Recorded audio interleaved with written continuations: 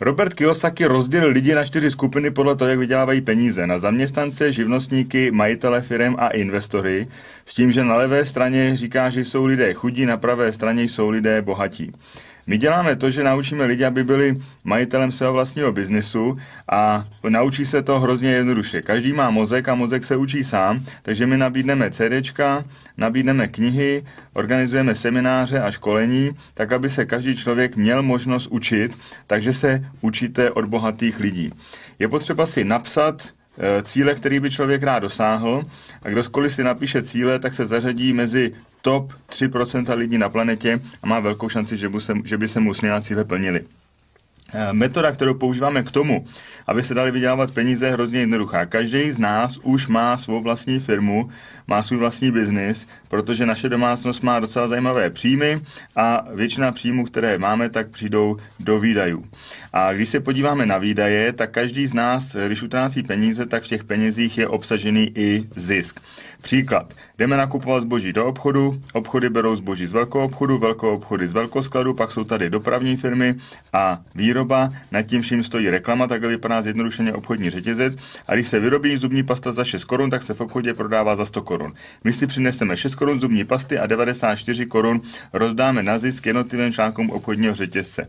A naše holdingová společnost Alticor nabízí, abychom nakupovali o 30% levněji jejich exkluzivní produkty, kterých je celkem 450 položek, takže nemáme obchody, velkou obchody ani reklamu, nakupujeme zboží ve velkoskladu, takže si ze svého počítače doma objednáme zboží přímo ve velkoskladu a on nám přijde domů.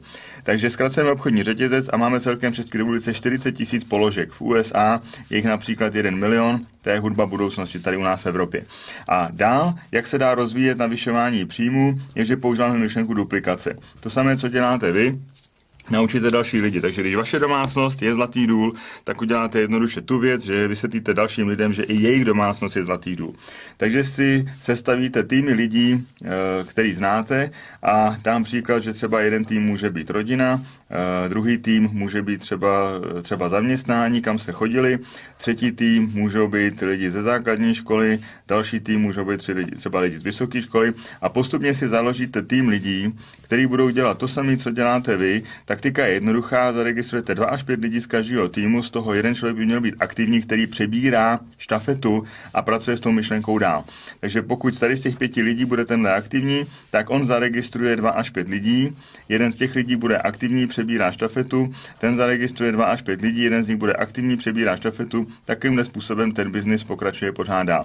Jakmile vám jede první tým, tak si založíte tým číslo 2, tým číslo 3 a vyděláváte velice zajímavé peníze. V případě, že budete mít 250 domácností, tak dosáhnete úrovně 21% bonusové tabulce, takže do příjmu vám bude odměna 3 až 21% a jste schopný vydělávat 30 až 70 tisíc měsíčně, a to potřebujete ze svých kontaktů zaregistrovat 30 až 40 domácností, zbytek jsou kontakty vašich kontaktů.